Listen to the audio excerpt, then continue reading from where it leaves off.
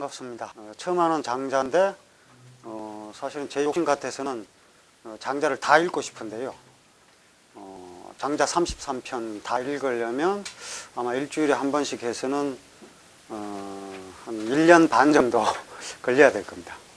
일주일에 두 번씩 하면 한 1년 잡으면 이제 넉넉하게 읽을 수 있을 텐데요. 주어진 시간이 사실 2달밖에 안 되고 그 중에서도 이제 일주일에 한 번씩 하니까 8번 강의입니다. 그래서 이번에는 아쉽지만 장자를 발췌를 해서요. 그 장자 4편 중에서 8개를 골라서 하도록 하겠습니다. 지난번에도 제가 이제 지난 1, 2월에는 주역을 발췌를 했을 거죠. 저는 좀 발췌해서 읽는 경우는 그렇게 많지는 않습니다. 저는 이제 했다 하면 처음부터 끝까지, 주석까지 그냥 하나하나 읽는 그런 입장이기 때문에 섣부르게 이제 뭐 재밌는 부분만 골라서 읽고, 이거는 우리가 어떤 책을 자기 구미에 맞는 부분만 골라서 읽는 것은 그렇게 독서를 할 때 그렇게 좋은 것은 아니죠.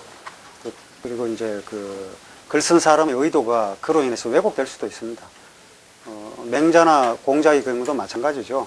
그러니까 맹자라는 책을 맹자의 본래 의도와 상관없는 구절만 떼서 읽으면 맹자가 이상한 사람 될 수 있고요. 논어도 마찬가지입니다.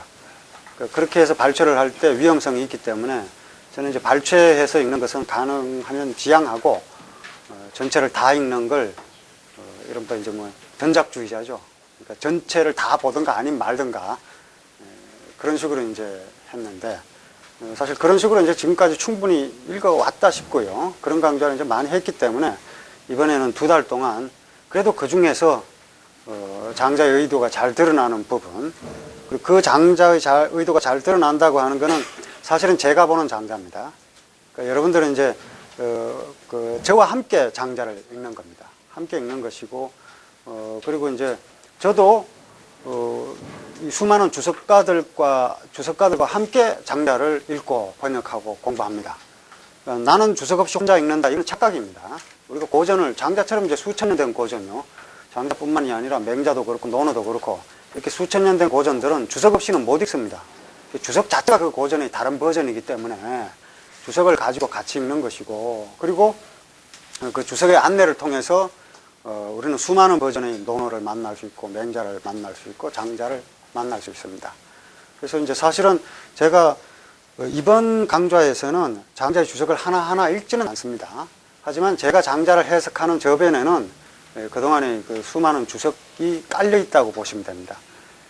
그런 주석을 소개할 수 있는 그 시간이 있을 때마다 틈틈이 제가 말씀은 드리겠습니다만 주석 하나하나를 드러내놓고 읽지는 않겠습니다. 그리고 이제 8차례 강좌 동안에 저는 이제 각 시간마다 2개의 주제를 할당해서 전부 이제 16개의 주제가 될 텐데요. 오늘 첫 번째 주제는 그 16개의 주제에 들어가지 않고 장자를 읽기 위한 예비 지식을 여러분들과 같이 이야기하는 그런 시간으로 삼았습니다. 왜냐하면 이제 우리는 장자라는 텍스트를 기존의 다른 고전들, 그러니까 장자 이전에 논어나 맹자 같은 텍스트가 있죠. 물론 이제 뭐 논어는 한 10,000여자 정도 되고 맹자는 한 35,000여자 정도 되고 장자는 한 65,000여자 됩니다. 근데 이제 그런 기존의 그 유가 문헌들과 장자의 차이가 어디에서 있는지를 한번 잘 따져보면 우리가 장자를 읽기 전에 장자를 좀 더 쉽게 장자의 생각을 마주할 수 있는 방법이 있다고 생각하기 때문에 오늘 우선 첫 번째 시간은 장자를 읽기 위한 예비 지식을 같이 이야기하는 그런 시간으로 삼았습니다. 이 장자라는 책은 아까 말씀드린 이제 논어나 맹자와는 좀 다릅니다.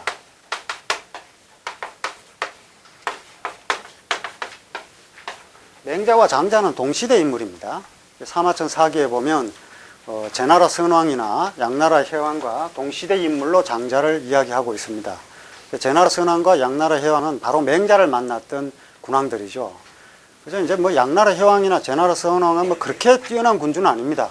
이른바 이제 춘추 전국 시대에 뛰어난 군주 그러면 뭐 제나라 황공, 진나라 문공, 뭐 초나라 장왕, 송나라 목공, 뭐 이런 군주들이 이제 뛰어난 군주로 진나라 목공이요, 진나라 목공, 송나라 목공이 아니라 진나라 목공 정도가 이제 훌륭한 인물로, 훌륭한 군왕, 그 중에서도 훌륭한 사람들로 이제 평가를 하는데, 맹자가 만났던 양나라 해왕이나 제나라 선왕은 뭐 그다지 훌륭한 군주는 아니었어요.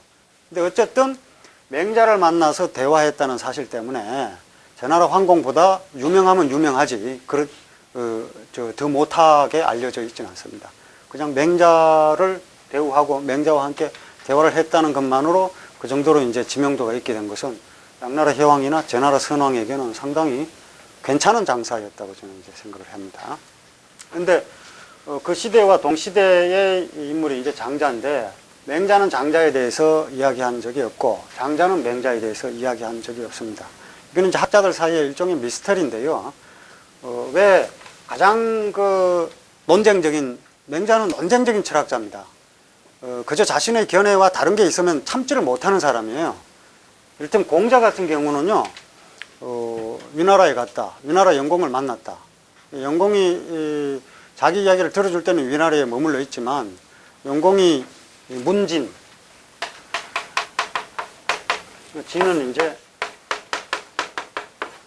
전쟁할 때 군대의 그 대오를 정렬하는, 전쟁할 때 진과 같은 뜻입니다. 근데 그 편다는 뜻에서 같은 의미로 쓰는데, 진치는 방법에 대해서 물었어요. 위나라 영공이요. 논어에 아시다시피 그 다음 구절이 어떻게 되었냐면, 명일 수행하시다.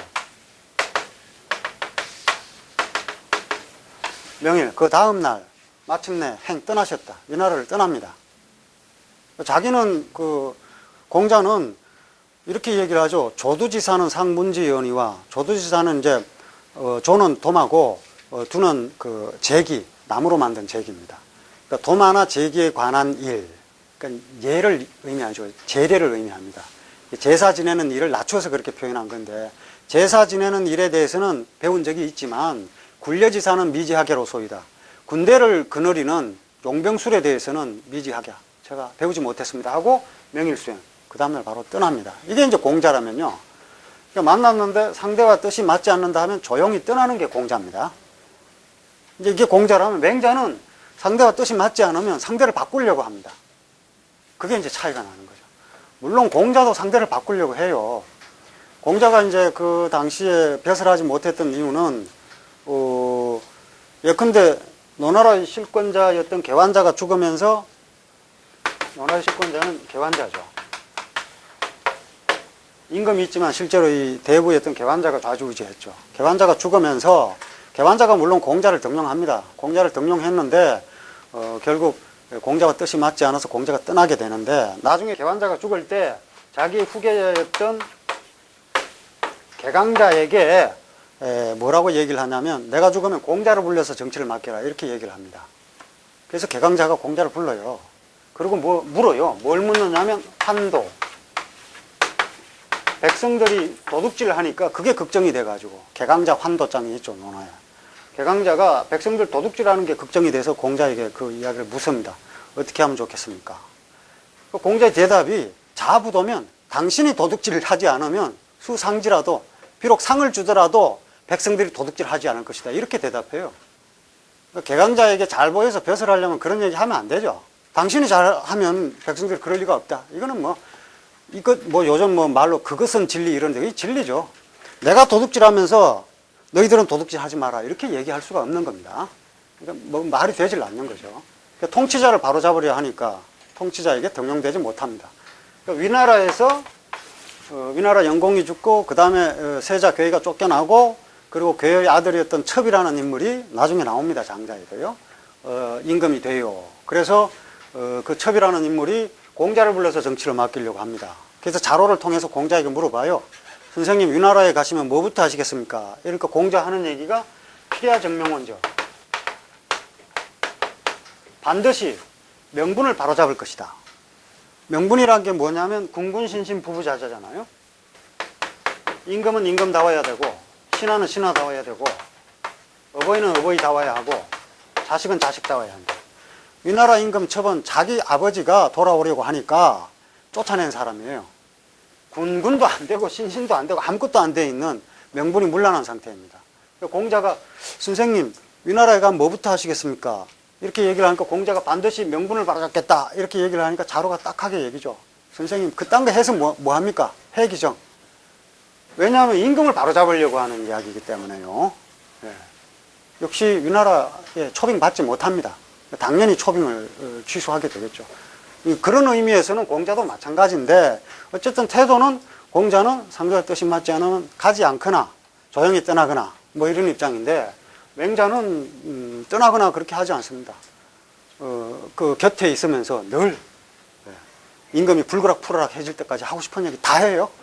스트레스 전혀 안 받았을 겁니다. 아마 맹자는 하고 싶은 얘기를 다 했기 때문에 세상에 대놓고 전혀 스트레스 받지 않는, 그리고 어떻게 보면 불우한 지식인이 뭐 공자 맹자다 그러면서 공맹이 자신의 그 정치적 이념을 그 당시에 실현하지 못했잖아요. 그러니까 불우한 지식인이다 그러는데 사실은 그게 정당한 평가인지 저는 늘 의심스러워합니다.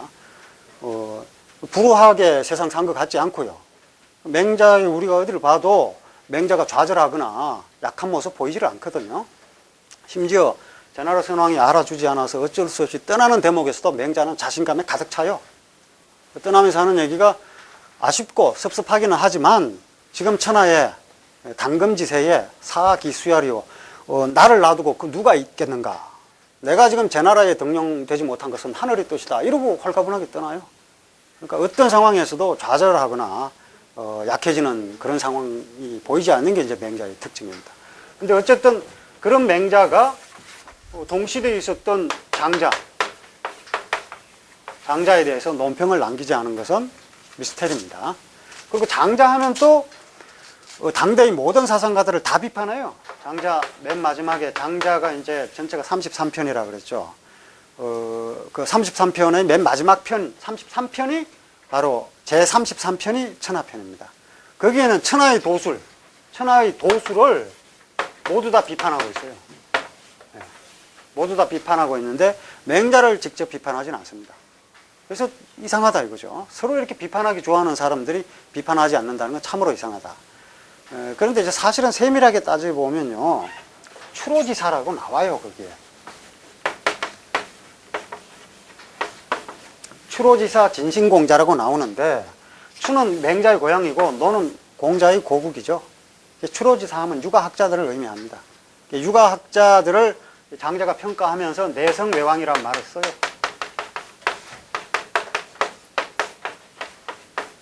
육아의 이념을 이렇게 잘 표현한 네 글자는 찾기 어렵습니다.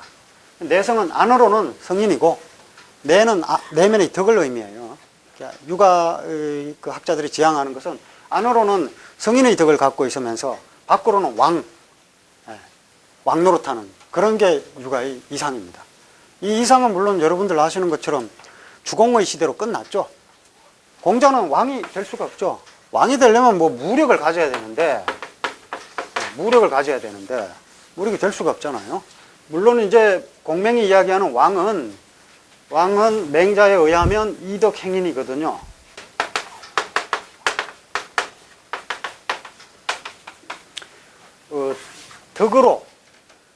덕이라고 하는 게 얻을덕자입니다. 덕지어기예요.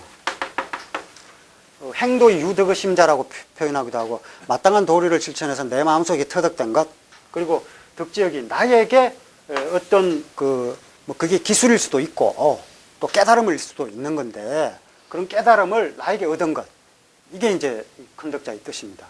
그런 덕을 가지고 타인에 대한 사랑을 이야기하는 건데, 이는 정치적 개념입니다. 이는 백성을 사랑하는 거기 때문에, 친은 육친을 사랑하는 거고 인은 백성을 사랑하는 겁니다. 친이 인민 이렇게 구분해서 이야기를 하는데, 이 인을 펼치는 것, 그게 왕입니다. 이덕행위요. 그럼 왕과 대비되는 건 뭐냐? 패입니다. 이 패는 이덕행인이 아니라 이력가인입니다. 물리적인 힘을 갖고 인을 가장하는 겁니다. 힘센 자들이 폭력을 행사하면서 늘 하는 이야기가 평화를 위해서, 전쟁을 일으키는 자들이 늘 하는 얘기가 평화를 위해서 전쟁을 일으키잖아요. 가짜인 거죠. 가인입니다. 인을 가장한다. 이게 이제 왕패지변인데 아주 명쾌하죠. 맹자 입장에서는요. 이게 이제 왕이거든요. 그게 이제 육아의 이념이다. 이게 장자의 육아에 대한 평가입니다. 그러니까 사실은 이제 장자 텍스트 속에는 장자 당시에 기록된 것보다 후대에 기록된 게 더 많기 때문에, 물론 이제 학자들 간에 어느 정도 합의를 한 것은 장자 4편, 우리가 이제 앞으로 읽을 장자 4편 7개, 소요유부터 응제왕까지의 7개 편은 장자 자신의 저술로 인정합니다. 인정했다고 하는 얘기는 우리가 고전에 대해서 예를 들어 논어라는 텍스트, 맹자라는 텍스트, 장자라는 텍스트 이런 것들은요, 그런 연구자들의 합의에 의해서 이걸 논어라고 하자에 가까운 이야기입니다. 직접 저 휘랍도 다 마찬가지입니다. 합의라고 하는 것은 정치인 거거든요. 합의라고 하는 건요. 그러니까 뭐 절대적인 그 기준이 있어서 그 논어가 만들어졌거나 맹자가 만들어졌거나 하지를 않습니다. 그래서 장자에서는 대체로 4편, 7편은 일관성 있는 저술로 보고 장자 자신의 저술로 보는 것이 학자들이 정리된 견해고, 또 그걸 뒤집는 결정적인 또 다른 증거가 있으면 뒤집힐 수도 있는 겁니다. 그리고 이제 외편과 자편은 장자의 후학들이나 또는 후세에 그 장자 사상과 같은 생각을 가진 사람들, 또 심지어는 육아학자로서 장자와 견해에 맞닿아 있는 학자들이 저술한 것이 외편과 자편에 있다. 이것이 이제 현재로서 우리가 그러니까 객관적인 의미 학문을 하는 사람들의 정리된 견해라고 할 수 있습니다. 그래서 사실은 장자 4편을 읽는 것이 장자를 이해하는데 가장 중요한 것만은 사실입니다. 그래서 이제 4편을 읽기로 하고요. 그 재미는 사실은 외편이나 자편이 더 있습니다. 외편이나 자편에 나와 있는 내용은 비록 후대에 그 저술된 것이라 하더라도 장자 사상과 일치되는 부분도 있고, 또 어떤 경우에는 장자 사상과 맞지 않는 이야기들도 있습니다. 그럴 때 장자 사상이라고 하는 것도 사실은 어떤 사람이 일관성 있게 장자의 사상을 정리한 것이기 때문에 절대적인 건 아닙니다. 그래서 우리가 그리고 또 한 사람의 일생 속에서 생각이 여러 차례 바뀔 수도 있기 때문에 언제는 이렇게 말하고 또 다른 때에는 또 다르게 말할 수가 있는 거죠. 그러니까 이제 폭넓은 그 생각을 갖고 장자를 대하시면 됩니다. 근데 이제 중요한 것은 이런 그 앞에 나온 공자나 맹자가 불후했다고는 하지만, 공자가 노나라에 뭐 석 달 동안 정치하다가 거의 쫓겨나다시피 그 떠나죠. 그러다 제나라로 갑니다. 그 제나라 가면 누구를 만나냐면 제나라 경공을 만나요. 제나라 경공 당시 제후잖아요. 임금이잖아요. 그 제나라 경공이 위방지도를 묻습니다. 나라를 다스리는 도리에 대해서 물어요. 그러면서 공자가 대답을 하는 겁니다. 정제절용이라. 정치는 절용이 있다. 국가의 재용을 절약해서 백성들을 도와주는 데 있다. 뭐 이런 식으로 얘기를 해요. 초나라에 가도 마찬가지입니다. 초나라 임금이 공자에게 묻는단 말이에요. 근데 이런 식으로 이제 그 천하를 돌아다니긴 하지만 어쨌든 그 당시 세상에 하고 싶은 얘기를 다 할 수 있는 그런 위치에 있는 거죠. 그 당시 권력의 정점에 있는 사람들이 다 공자를 모셔서 정치에 대해서 묻거나 실제로 그걸 반영하지는 않는다 하더라도 공자를 예우하는 겁니다. 그 나라 임금을 그 자유롭게 만나는 사람을 누가 무시하겠어요? 그런 상황에 맹자도 마찬가지입니다. 맹자는 그냥 만나는 정도가 아니라 맹자를 대우를 잘 해줘야 이 천하의 그 학자들에 의해서 평가가 좋아져요. 그 나라 군왕의 평가가. 제나라 선왕이나 양나라 혜왕이 맹자를 급진히 대해주는 이유가 바로 거기에 있습니다. 그저 맹자를 별로 안 좋게 대우해주거나 하면은 두고두고 정말 욕을 먹어요. 실제로 그랬던 사람이 양나라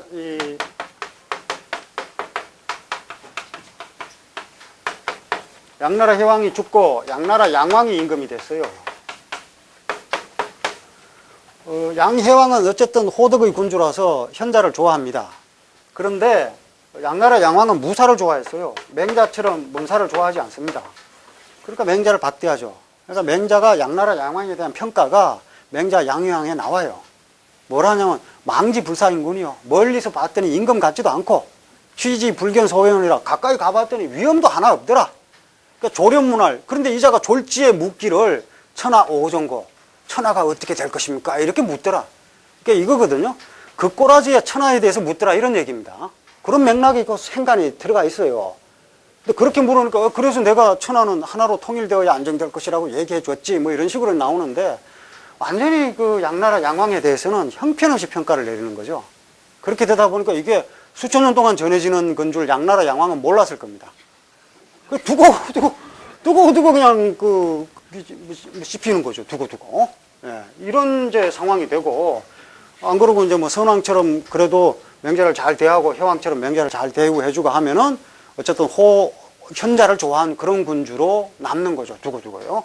다른 업적보다 이걸로 텍스트로 그렇게 남으니까 후세인들에게 우리 입장에서 볼 때도 혜왕이나 선왕이 그렇게 미진한 장사 했다고 할 수는 없죠. 또 공자도 그렇고 맹자도 그렇습니다. 그런데 그러면 장자는 어떤가? 장자는 이 공자나 맹자하고는 완전히 달라요. 공자나 맹자는 정언밖에 없어요. 돌려서 말하는 게 없습니다. 그냥 물으면 자기 생각을 그대로 얘기합니다. 곧대로요. 그러니까 뭐 공명의 사상을 이해하기 위해서 머리 쥐날 정도로 생각할 필요는 사실은 없어요. 그냥 말 그대로 나오거든요.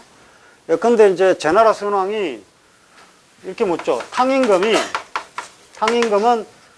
앞서 있었던 하나라의 마지막 임금 걸왕을 쫓아내버린, 임금 자리에서 쫓아내버린 사람이 탕임금이죠. 그래서 하나라를 멸망시키고 상나라를 세운 장본인이에요. 최초의 혁명가입니다. 탕임금은. 탕임금이 임금이었던 걸왕을 쫓아냈고 무왕벌주, 무왕이 자기 임금이었던 주왕을 쳤죠. 이게 옳습니까? 신하로서 임금을 시해하는 것이 옳습니까? 이렇게 묻죠, 선왕이. 그러니까 맹자는 바로 대답합니다. 그저 뭐 돌리고 없어요. 문주 일부 주의원이와 일부는 한 명의 필부 이런 뜻입니다. 필부란 뜻이에요. 한 명의 지압이 주. 우리말로 하면 이게 비칭이라서요. 결국 제 한 놈 주 이런 뜻입니다. 제 한 놈 주를 주겠다는 이야기는 뭔 들었어도 미문 식인약회이다.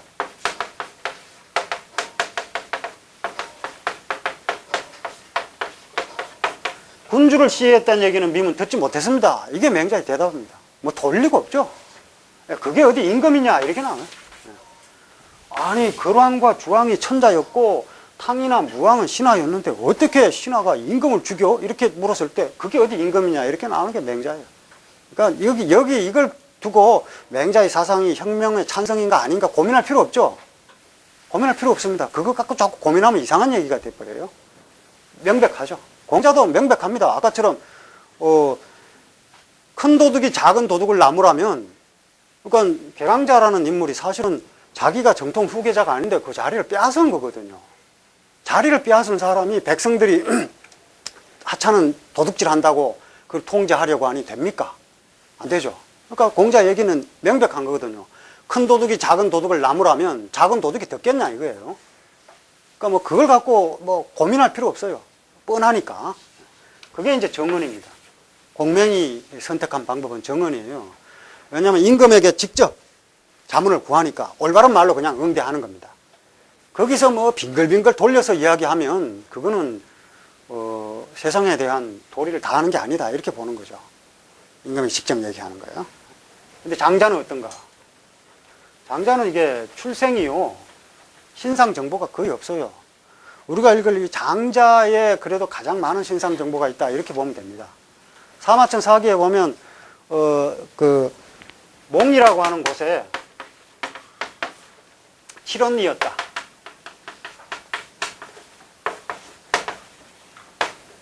그 송나라 몽땅의 칠언이라고 하는 곳의 관리였다. 뭐 이렇게 되어 있는데 그게 거의 다입니다. 초나라 왕이 그 패백을 갖추어서 재상으로 모셔가려고 했는데 장자가 거절했다. 뭐 이런 얘기인데 믿을 수가 없어요. 장자 같은 사람은 절대 재상으로 초빙하지 않습니다. 그 장자 지어낸 얘기고 장자 후학들이 지어낸 겁니다. 왜냐하면 무용한 철학을 이야기한 사람이 장자인데 뭐 쓸데있다고 장자를 재상으로 초빙하겠어요? 분명히 지어낸 이야기인데 그래서 외편과 자편에 그 이야기가 2번 정도 보여요. 비슷한 건데 버전이 좀 달라져서 한 2군데 정도 보이는데 실제로 믿을 수가 없고요. 다만 이제 몽의 칠언이라고 하는 동산직이었다. 뭐 이거는 어느 정도 이제 이해할 만합니다. 그런데 이 몽이라는 곳이 이게 애매해요. 예를 들면 이제 제가 그 책 그 장자의 출생과 관련된 이야기는 간단하게 이제 글을 그 앞에 여러분들 보는 책 앞에 넣어놨습니다만 장자는 어떤 사람은 송나라 출신이라고 하고요. 한서 예문지에는 송나라 출신이라고 해놨고, 그리고 또 육덕명의 경정성문서록에는 양나라 출신이라고 하고요. 양나라는 이제 위나라입니다. 위나라가 강대국이에요. 위나라도. 춘추 전국시대에 전국시대 접어들면 거의 7개 나라만 남게 되는데, 물론 이제 한때에는 뭐 노나라도 있고 설나라도 있고 송나라도 있고 합니다만 다 멸망당하고 나중에 이른바 우리가 전국칠웅이라고 하는 진초연제 한의조의 7개 나라만 남잖아요. 그 중에서 가장 약한 나라가 이 연나라하고 한나라예요. 연나라 한나라고, 한비자의 한나라가 약한 나라죠. 한비자 사상에 그게 반영되어 있습니다. 그러니까 가장 국력이 약한 나라의 지식인으로서 또 그걸 책임져야 할 귀족으로서 한비자의 고민이 드러나 있는 게 한비자라는 책이거든요. 좀 다르죠, 그러니까. 처지가 다릅니다. 그러니까 한비자는 이게 공명의 입장에서 볼 때는 한비자는 절대 취할 수 없는 권모술수서예요. 근데 한비자 입장에서 보면은 최약소국이었던 한나라 입장이었기 때문에 그런 계책이나 술수를 생각하지 않을 수가 없었던 거죠. 정당한 방식의 대결로는 이렇게 어떻게 생존하기 힘들다는 이야기를 하고 있는 거고요. 그리고 연나라도 약소국입니다. 연나라는 보통 이제 이웃나라 조나라가 강대국이고요. 조나라도 늘 조나라와 위나라, 이거는 이 강대국 진나라와 국경을 인접하고 있는 나라이기 때문에 늘 긴장할 수밖에 없습니다. 위나라도 끝까지 버티죠. 이게 다 강대국들이고, 이제 한나라, 연나라는 이제 약소국인데, 장자는 여기에 이제 뭐 송나라 출신이라고도 하고, 양나라 출신이라고도 하고, 또 한유의 송맹동야서라는 아주 명문이 있습니다. 맹동야, 그러니까 맹동야를 멀리 보내면서 한유가 지은 시가 아니라 편지, 그러니까 그때 시회를 열면서 그 서문을 쓴 게 한유의 송맹동야서라는 글이 있죠. 이제 거기에 보면은 장자에 대한 이야기가 나오는데, 장자 이기 황당지사로 명어초라 그래서 장자는 자기의 그 황당한 말로 명어초, 황당지사란 말을 써요. 장자의 글이 이제 황당하죠. 근데 이 황당이란 말은 장자 밖에서 쓸 때는 별로 안 좋은 말로 써요. 근데 장자 안에서 황당이란 말을 쓸 때는 굉장히 좋은 말로 씁니다. 황당이란 엄청나게 커서 보통 사람들이 이해할 수 없는 그런 이야기가 황당지사예요. 장자 밖에서 보면 우리 황당한 말 하면은 이상한 이야기가 되는 거고요. 그리고 이제 방황이나 뭐 이런 것도 마찬가지예요. 방황은 장자 안에서 방황을 이야기하면 이게 도에 가까운 길입니다. 근데 장자 밖에서 방황을 이야기하면 이게 헤매는 거거든요. 안 좋죠. 근데 무의도 마찬가지예요. 무의와 방황이 쌍으로 이렇게 나옵니다. 소요, 무의, 방황, 이게 전부 쌍으로 이어져 있고, 어떻게 보면 잠자는 것을 예찬하는 장자 이야기도 거기에 같이 나오고요. 그래서 꿈꾸기도 하고요. 자기 자신을 의심해 보기도 하고요. 이런 이야기가 나오는데, 어쨌든 이런 말을 갖고 명어초라 해서 초나라에서 울었다, 이렇게 돼 있어요. 그래서 한유는 초나라 출신으로 봐요, 장자를. 그런가 하면 또 한유는 장자에 보면 전자방 편이 있습니다. 그 전자방은 공자의 제자, 자유의 제자예요. 그래서 장자는 전자방의 제자다. 그래서 결국 육아계열의 학자다, 이렇게 보는 견해가 있고, 또 이 근세의 장태염, 장병림 같은 학자는 장자를 안현계열의 유학자다, 이렇게 봐요. 안현의 계열의 그 제자 쪽일 것이다, 뭐 이렇게 보고 이제 근거를 이제 제시하고, 또 거기에 같이 붙여서 광마략이라는 또 대학자가 있어요. 그 광마략이라는 장태염이 처음 얘기했다는 걸 광마략이 자기가 장태염 선생에게서 들었다 하는 이야기를 거기 쓰고 있습니다. 그래서 육아계열의 학자로 보는 것도 있고요. 이 얘기는 왜 특별히 강조하냐면, 우리가 장자를 볼 때 기존의 장자에 대해서 정리해 놓는 철학 사적 지식이 있죠. 그 장자는 뻔해요. 그 뻔한 틀을 좀 벗어 던지고 장자를 봐야 장자가 제대로 보일 거라고 생각했습니다. 그저 이제 장자는 공자를 비판했다 뭐 이런 식으로 되어 있는데, 장자의 공자에 대한 비판은 장자 자신의 저술이 아니라고 하는 장자 외편에 나와 있어요. 외편에 나와 있고, 그 부분에서 이른바 어부편이나 도척편이나 이런 부분의 문장의 수준이 격이 떨어지는 걸로 학자들이 얘기를 하기 있기 때문에, 그건 그 후세에 지어낸 얘기를 갖고 장자 철학을 좀 한쪽으로 외골수로 몰아가는 것으로 본다, 이런 견해가 설득력이 있습니다. 그래서 좀 폭넓게 보기 위해서 육아기원설도 가능한 겁니다. 그리고 이제 그런 그 육아기원설이 또 다른 맥락을 갖고 있는 거는, 예를 들어서 묵자도 육아기원이에요. 묵자도 육아에서 배웠지만 육아의 이념에 찬성하지 않고 새로운 학파를 창시한 거거든요. 그러니까 기원이 육아에 있다고 해서 그럼 장자가 그럼 육아냐? 그건 아닙니다. 근데 다만 우리가 생각하는 것처럼 장자는 공명과는 절대 공존할 수 없다고 생각해서 그들을 비판했다, 이건 아니에요. 그런 사상치고 뭐 이렇게 우뚝 선 사상이 있기 힘듭니다. 왜냐하면 내가 상대를 부정하는데 상대의 견해가 옳지 않다는 걸 부정하다가 상대의 모든 것을 부정하게 되면 나도 같이 부정당하죠. 그래봤자 비슷한 게 많거든요. 그렇죠. 나는 선이고 상대는 악이라고 해서 상대의 악인이라고 지목해서 상대를 완전히 부정해버리면 나도 같이 부정당합니다. 그런 경우 많죠. 그렇기 때문에 좀 이렇게 포괄적으로 장자를 바라보기 위해서 제가 육아기원설을 이야기하는 의미는 거기에 있는 겁니다.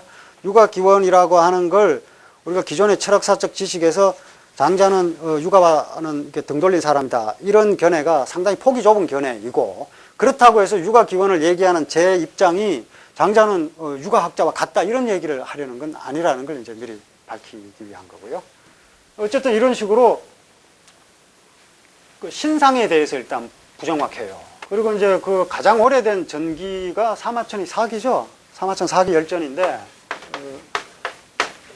사기는 사실 뭐 열전이 분량이 반이 넘죠.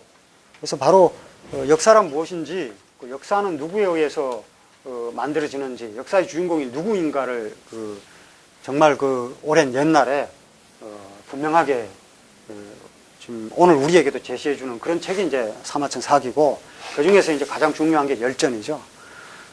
그리고 열전의 제일 첫머리에는 가장 깨끗한 사람이 나옵니다. 백이숙제가 나오죠. 열전의 맨 마지막에는 화식열전 나오죠. 돈 많이 번 사람들 나오죠. 백이숙제가 맨 앞에 있고, 돈 많이 버는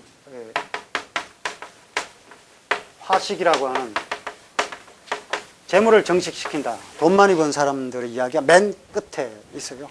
본말입니다. 본말. 사마천의 역사관이 이런 데 드러나고 있는데, 뭐 이야기는 나중에 하기로 하고요, 다른 시간에. 근데 그 사기 열전에 보면 장자 열전이 노장신한 열전에서 노자 이야기 나오고, 노자는 한 1000여자 있습니다. 그리고 이제 장자 열전 235자예요. 235자인데 이 235자는 일본 학자인 후쿠나가 미스지라는 학자가 있어요. 이 학자가 이제 장자 사마천 사기 장자 열전 235자다. 이렇게 쓴 걸 제가 읽은 지가 아주 오래됐죠. 오래됐는데 이제 그 이후로 제가 이제 읽을 때마다 텍스트에 글자 수를 세는 버릇이 생겼어요. 그래서 일부러 밝힙니다. 그래서 꼭 글자 수 세면서 성정은 일기는 몇 자인가, 2억 5천만 자 내지 2억 7천만 자다 뭐 등등 글자 수를 이야기하는데, 뭐 일단 그 전모를 파악하기 위해서 이제 그런 얘기를 하는 건데요. 235자를 갖고 장자 신상의 전모를 파악하는 건 거의 불가능하죠. 거의 불가능합니다. 근데 뭐 맹자는 137자밖에 안 돼요. 맹자는. 근데 사마천의 맹자 열전은 맹자 순경 열전 이렇게 되어 있는데, 그 속에 뭐 맹자와 순경은 순자죠. 순자 말고 이제 다른 이야기들도 나옵니다만, 어쨌든 그 맹자 사상을 이렇게 간결하게 전해주는 글이 없어요. 맹자 열전은 137자에 지나지 않지만 맹자가 어떤 인물인지 정말 명쾌하게 보여주는 명문입니다. 그런데 어쨌든 장자에 대해서는 좀 불만이 많습니다. 뭐 제대로 뭐 전하는 게 별로 없어요. 노자 열전도 좀 그래요. 노자 열전도 1000여자에 달하니까 좀 많다 싶긴 합니다만 뭐 1050여자인가 그래요. 근데 그게 4명의 노자가 나오기 때문에 뭐 나누기 하면 얼마 안 되는 데다가 이런 사람이라고도 하고 저런 사람이라고도 하고 뭐 이런 식으로 되어 있기 때문에 게다가 뭐 공자가 등장해서 노자를 높여요. 우리가 그 공자가 등장해서 누구를 노자를 높였다, 노자는 용이다 뭐 이런 식으로 얘기를 하고 노자가 공자를 막 꾸짖어요. 사마천 사기열전에. 그때 주인공은 누구냐면 공자입니다. 노자가 아니고요. 그 삼국유사에 보면요 원효가 늘 등장합니다. 원효대사가 등장해서 원효대사보다 높은 사람들 얘기를 자꾸 해요. 결국 누구의 얘기냐면 원효의 이야기입니다. 그거. 누구누구의 칭찬에 의해서 다른 사람을 높인다 그러면 그 누구누구가 칭찬하는 그 사람이 그 당시 최고였다는 걸 드러내는 거지, 그 사람에 의해서 떠받들어지는 사람이 꼭 최고인 건 아닙니다. 근데 뭐 추사가 늘 누가 최고다 그러는데 최고가 누굽니까? 추사잖아요. 마찬가지인데 어쨌든 그 표현에 혹해서 이제 노자를 이제 뭐 위아래로 이렇게 막 치기도 하는데 그건 학문적인 논의는 아니라고 보고요. 그래서 장자에 대한 신상이 뭐 별로 없어요. 다만 거엽이나 도척이나 어부편 등등을 썼고 그리고 이 10여만 자의 저수를 남겼다 뭐 이렇게 되어 있습니다. 그런데 지금 전해지는 장자는 6만 5천 여자지 10여만 자가 아닙니다. 그러니까 한 3분의 1 정도는 없어졌다고 볼 수 있는데 한서 예문지에는 장자의 편수가 50여 편으로 되어 있고 지금 전해지는 장자는 33편이니까 사실은 3분의 1 정도가 없어졌다 이렇게 볼 수 있습니다. 지금 현재 우리에게 33편으로 전해지는 책은 곽상이라는 진나라 시대의 주석가에 의해서 이제 전해지는 건데 그래서 곽상을 장자의 배신자라고 얘기하기도 합니다. 50여 편이 있었는데 다 잘라버리고 33편만 전했다 뭐 이런 식으로 얘기를 하는데 그건 이제 정당한 비판은 아닙니다. 곽상 덕분에 33편을 보게 된 걸로 봐야지. 그렇잖아요. 나머지를 없앴다 이렇게 보면은 그럼 공자가 그럼 시경을 산삭했다 그러면 공자가 시경을 없앴다로 이해하면 안 되죠. 근데 어쨌든 그런 그 기록이 일치하지 않은 점이 있고 그리고 어부 도척 거엽 이건 내 편에 있는 편이 아니고 외편에 있는 장자 이야기들이기 때문에 사실상 그 사마천이 장자에 대해 안 것이 그다지 많지 않았다 이렇게 이해할 수가 있습니다. 그래서 사마천 사기로 보는 것만으로는 이제 어렵고 그리고 장자 안에 들어있는 장자에 관한 여러 가지 신상에 관한 기록을 같이 봐야 됩니다. 그 중에서 가장 확실한 게 뭐 저 장자 안에 보면 장자가 아내가 죽었을 때 노래를 하거든요. 아내가 죽었을 때 노래를 하니까 혜씨가 가서 하는 얘기가 슬퍼하지 않는 것으로 충분하지 왜 노래까지 부르냐 이렇게 얘기를 하죠. 그러니까 장자가 내가 슬퍼할 이유가 없다. 아내는 지금 자유로운 상태에 놓였다고 얘기를 하는 겁니다. 근데 그 맥락이 여러 가지가 있는데 그건 나중에 말씀드리기로 하고요. 그런 기록으로 봐서 장자에게 아내가 있었다. 뭐 이 정도로 이제 추정이 가능하고 그리고 또 이제 장자가 죽었을 때 나는 땅에 파묻지 말고 들판에 내 시신을 내다 버려라 이렇게 얘기하는 대목이 있어요. 그러니까 제자들이 어떻게 선생님 시신을 들판에 내버릴 수 있습니까? 이렇게 얘기하니까 장자 얘기가 저 땅에 파묻으면 땅강아지가 먹을 것이고 들판에 버리면은 새가 와서 먹을 터인데 굳이 왜 새한테 빼앗아서 땅강아지한테 줄라 그래? 뭐 이런 식으로 얘기하는 대목이 나옵니다. 그럼 이제 뭐 제자들도 있었다 뭐 이렇게 돼 있는데 돼 있고 그리고 또 초나라 왕이 사신을 보낸 이야기가 두 군데 나와요. 그래서 뭐 한 번은 그 사신을 보내서 선생님을 재상으로 모시려고 합니다. 이러니까 장자가 복숫가에서 낚시질을 하고 있다가 하는 얘기가 그 그러니까 뭐 위나라에 가면은 위나라인지 뭐 초나라인지 하여튼 거기 가면은 흰귀가 있다. 아주 엄청나게 큰 거북이 있는데 그 점을 치면은 그 신묘하게 맞아 떨어지기 때문에 사람들이 다 떠받든다. 그런데 어쨌든 그 죽은 거다. 그래서 죽어서 신귀처럼 떠받들어지기를 바라느냐 아니면은 저 진흙탕 속에서 꼬리 질질 거는 자라가 되기를 바라느냐 너 어떤 게 더 낫냐 사신한테 그렇게 묻죠. 그러니까 사신이 묻는 게 죽어서 그거 되는 것보다 살아서 진흙탕 속에 있는 게 낫죠. 이러니까 장자가 그래 나는 뭐 살아서 진흙탕 속에서 질질 끌 테니까 너 가봐라 이렇게 얘기해요. 그러니까 그거 한 대목이 있고 그리고 또 이제 초나라 사신이 또 왔는데 이번에는 이제 장자가 희생소의 비유를 들어가지고 희생소가 제사 지내기 전까지는 뭐 아주 맛있는 음식도 먹고 그 다음에 아주 호화로운 의상도 입고 이렇게 떠받뜸을 당하지만 막상 태묘에 들어갈 때가 되면 저 외로운 고돈이라 그래요. 고돈 하필이면. 이게 장자 유모인데 외로운 돼지입니다. 외로운 돼지. 하필 뭐 다른 저 비유물도 아니고 하필 돼지에다 비유를 해요. 그러니까 태묘에 들어가는 희생소가 되느니 저 외로운 돼지가 되는 게 더 낫다. 이렇게 얘기하는 대목이 있습니다. 같은 버전이라고 봐야죠. 근데 그런 대목. 그러면 이제 장자는 아내도 있었고 또 제자들도 거느리고 있었고 그리고 초나라 왕으로부터 이 재상으로 2번이나 초빙받을 만큼 굉장히 명망 있는 그런 사람으로 알려져 있다. 뭐 이렇게 될 텐데 불행히도 그것은 외편과 자편에 나오는 이야기이기 때문에 장자의 실제 신상 정보라고 보기는 어렵습니다. 그거는 이제 후세에 장자의 그 이야기를 다른 버전으로 각색하면서 그런 이야기들이 들어갔다. 이렇게 보는 게 맞는 것 같고요. 확실한 것은 장자가 혜시와 벗이었다. 혜시와 친구지간이었다. 이거는 확실합니다. 결국에 이제 장자 주변에는 권력과 맞닿아 있는 사람이 혜시밖에 없었어요. 공명은 뭐 가는 데마다 권력자들과 만날 수 있었던 그런 상황이고, 장자는 혜시 외에는 혜시는 위나라 재상이었어요. 강대국 위나라의 재상이었으니까 혜시는 굉장히 출세한 인물이죠. 하지만 혜시는 변론가였고요. 혜시 공손용 학파 그러면 궤변론자이기도 합니다. 논리학자들입니다. 전부 논리학자들인데, 그래서 장자와 논쟁을 하죠. 장자와 논쟁을 하는 대목이 장자의 도처에 나옵니다. 혜시가 소요유편부터 천하편 끝까지 나와요. 지부구 편에도 나오고 그 각 내편과 외편과 자편 전체에 다 앞뒤에 다 혜시가 나옵니다. 그래서 혜시를 빼놓고는 장자를 이야기할 수가 없습니다.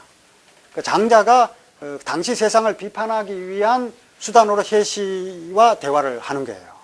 그래서 그 속에는 뭐 갖가지 유머도 있고, 그리고 그 당시 시대상을 장자가 효과적으로 비판하기 위해서 인용하는 대목도 있고 그렇습니다. 물론 이게 장자니까 늘 장자가 이겨요. 늘 장자가 이깁니다만 논리적으로 따져보면 장자가 지기도 합니다, 때로. 근데 이제 그런 성부에 뭐 이렇게 큰 의미를 부여할 필요는 없는데, 어쨌든 혜시가 이 위나라 재상이었고, 그리고 그 혜시와 친구였던 것만은 부정할 수가 없습니다. 장자 기록 전체를 부정하기 전에는요.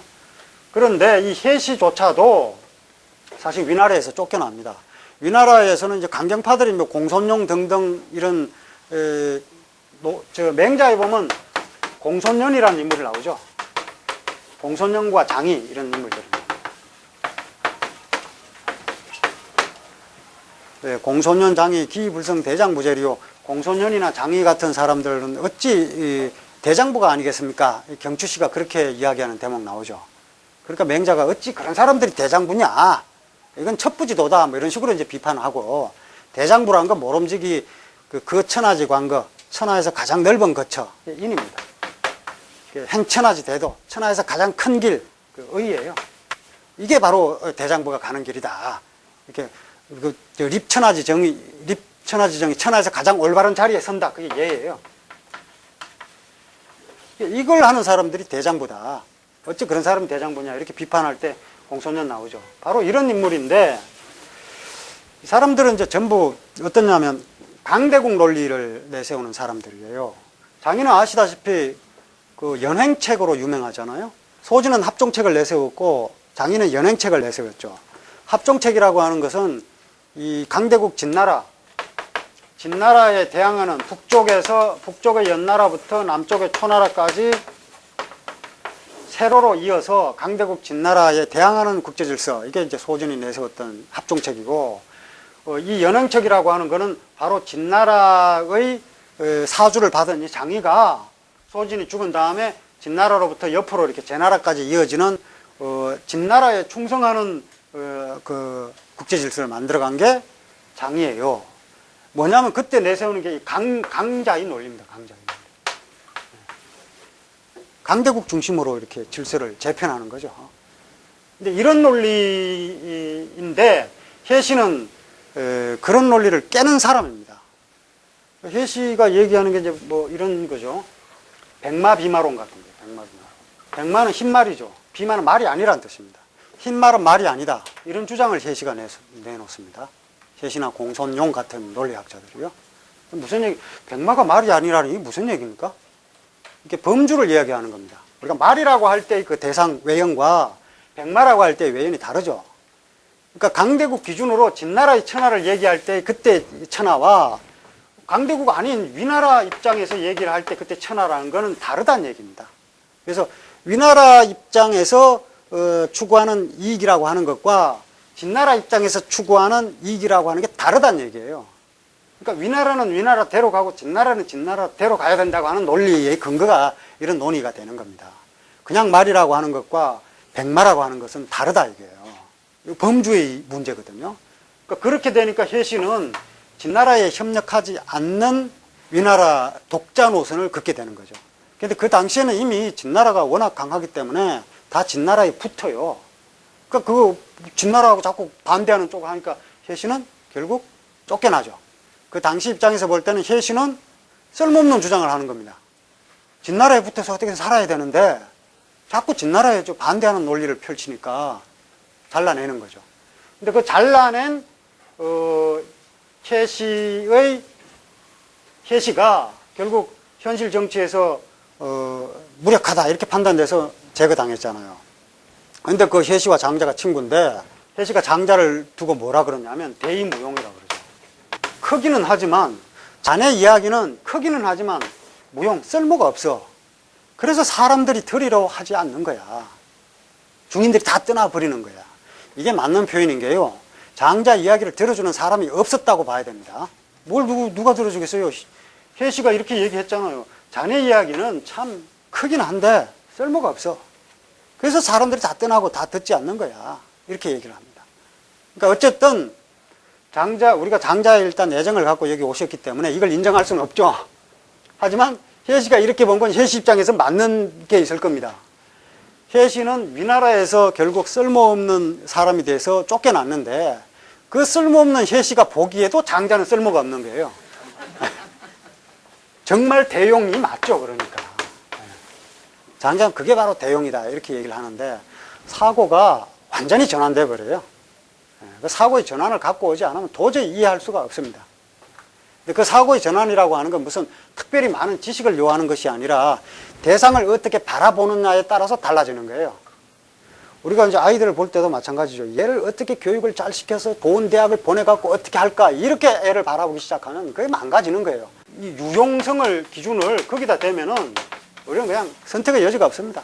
죽으라고 학원 보내고 죽으라고 뭐 보충 수업 시키고 막 사교육 엄청 투자하고 이래야 되는 거예요. 아이를 그런 입장에서 보면요. 이거 쉽게 바뀌지 않죠. 뭐 지식이 많다고 이게 바뀌는 게 아니죠. 근데 아이를 어떻게 보는지를 잘 생각해봐요. 내가 이 아이를 교육시켜서 무슨 전쟁에 내 보내려고 하는 건가? 뭐 이런 생각을 한번 해볼 필요가 있는데 장자를 읽으면 바로 그 부분에서 이제 딱 깨우치는 부분이 있습니다. 혜시는 장자를 이해하지 못했어요. 무용했으니까. 근데 장자는 그걸 바로 대용이라고 봅니다. 근데 어쨌든 이런 것 때문에 장자는 이제 새로운 전략을 만들었는데 그게 바로 우리가 있는 장자라는 텍스트가 나오게 된 겁니다. 이 정도로 서론을 하고 잠깐 쉬었다가 또 이야기를 이어가겠습니다.